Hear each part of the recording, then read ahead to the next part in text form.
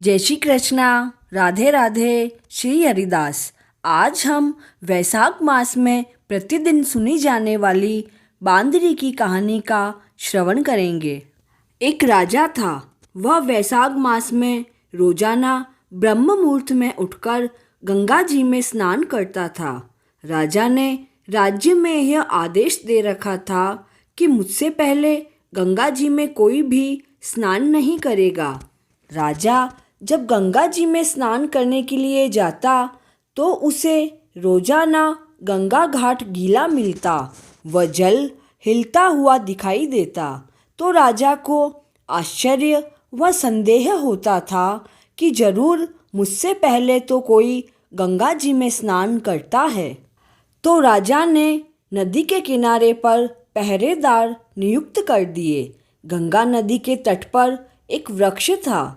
वृक्ष पर एक बंदरिया रहती थी। वह रोजाना राजा के आने से पहले स्नान करके वृक्ष पर चढ़कर बैठ जाती थी। इधर राजा ने प्रतिज्ञा की कि मुझसे पहले जो भी कोई व्यक्ति स्नान करता है उसे मैं बहुत सा धन दूंगा, और अगर कोई स्त्री स्नान करती है तो मैं उससे शादी कर लूँगा। इस तरह से वैशाख मास पूर्ण होने आया, किंतु अंतिम दिन राजा के सिपाही ने उस बंदरिया को देख लिया और उसे पकड़कर राजा के पास ले गए। वे कहने लगे कि यह बंदरिया ही आपसे पहले रोजाना गंगा जी में स्नान करती है। राजा तो अपनी प्रतिज्ञा का पक्का था। प्रतिज्ञा के अनुसार राजा से पहले कोई स्त्री स्नान करेगी तो राजा उससे शादी कर लेगा। इसलिए राजा ने बंदरिया के साथ विवाह कर लिया। राजा ने उस बंदरिया को अपने पलंग से बंधवा दिया। राजा रोज पान खाकर थूकता तो बंदरिया उसे चाट जाती। ऐसा करने वह वैशाख स्नान के प्रभाव से बांदरी गर्भवती हो गई। 9 महीने पूर्ण होने पर बांदरी ने राजा से पूछा कि बच्चा होने के समय मुझे क्या करना चाहिए। तो राजा ने उस कमरे में एक घंटी लगवा दी और बंदरिया से कहा कि जब तुम्हारे दर्द हो तो तुम इसे बजा देना, मैं सब व्यवस्था कर दूंगा। राजा के 2 और रानियां भी थी। उनके कोई संतान नहीं थी। बांदरी के गर्भ है यह सुनकर रानियां बांदरी से ईर्ष्या करने लगी और आने वाले बच्चे का नाश करने के लिए योजना बनाने लगी। घंटी को देखकर एक रानी ने बंदरिया से इसकी वजह पूछी तो बंदरिया ने सारी बात बता दी। रानी ने बंदरिया से कहा कि एक बार घंटी बजाकर तो देखें कि राजा आते हैं या नहीं। बांदरी ने घंटी बजाई तो राजा सभी कार्य छोड़कर दौड़े दौड़े आए और घंटी बजाने का कारण पूछा। इस पर बंदरिया ने कहा, मैंने तो रानियों के कहने पर घंटी बजाई थी। तब रानियों ने राजा से कहा कि यह तो जानवर है, ना जाने कब घंटी बजा दे। ऐसा कहकर उन्होंने घंटी को हटवा दिया। कुछ दिनों बाद बांदरी के बच्चा होने का समय आया तो उसने दूसरी रानियों से पूछा कि अब मैं क्या करूं। तो उन रानियों ने कहा कि तुम आँखों पर पट्टी बांधकर सो जाओ, दर्द कम होगा। बांदरी तो बेचारी भोली थी, उसने वैसा ही किया। वैशाख मास के पुण्य के प्रभाव से उसके एक सुंदर पुत्र पैदा हुआ। बच्चे के होते ही रानियों ने उसे एक टोकरी में रखकर दासी को दे दिया और कहा कि इसे नदी में बहा देना। उस बच्चे की जगह एक पत्थर रख दिया। राजा ने पूछा कि क्या हुआ, तो रानियों ने कहा कि इसने तो पत्थर को जन्म दिया है। तो राजा ने भी विश्वास कर लिया कि दूसरी रानियों के तो संतान नहीं है, तो यह तो बांदरी है, इसके भला कैसे संतान होगी। उधर दासी ने उस बालक को नदी में नहीं बहाकर कुम्हार के कुंडे में रख दिया। थोड़ी देर में बच्चे के रोने की आवाज़ सुनकर कुम्हार वह कुमारिन वहाँ आए।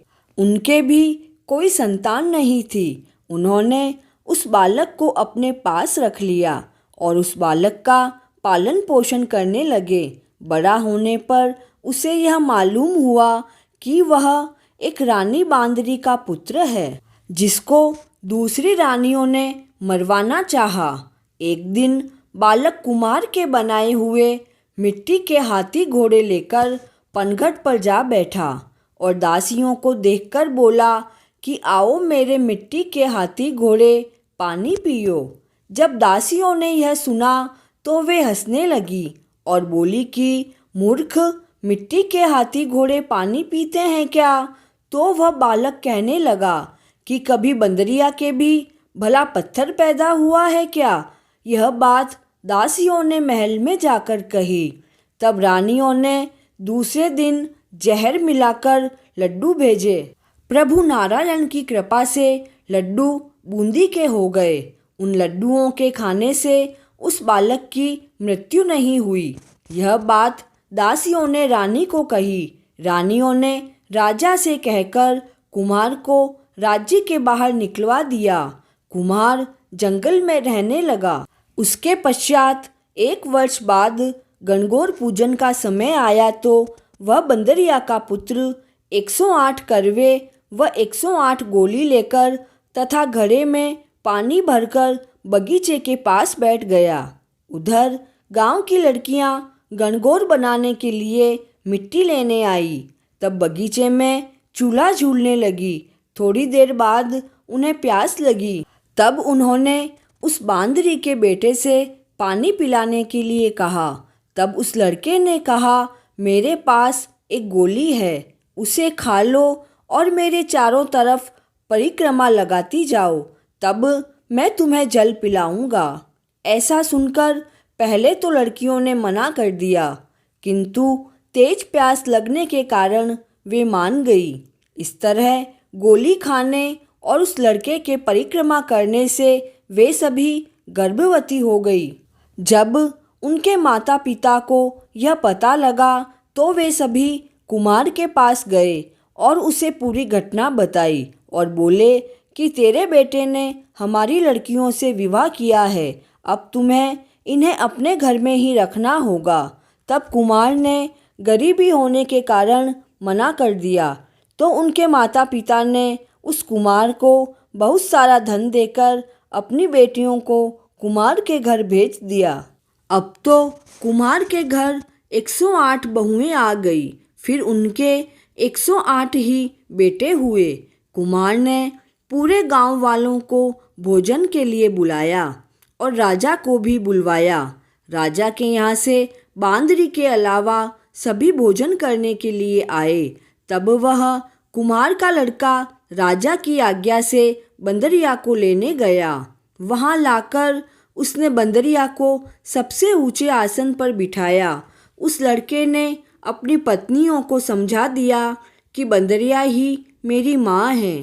तब एक एक बहू ने बंदरिया के पाँव छुए व एक सोने का सिक्का वह पोते को गोद में देती गई। राजा ने और अन्य रानियों ने यह सब घटना देखी तो उस लड़के से उसका कारण पूछा तो रानियों को यह संदेह होने लगा कि हो ना हो यह बंदरिया का ही बेटा लगता है। इसलिए रानियां नाराज होकर राजा से बोली कि कुमार के बेटे ने हमारा अपमान किया है, वह बंदरिया का सम्मान किया है, सो हम जा रहे हैं।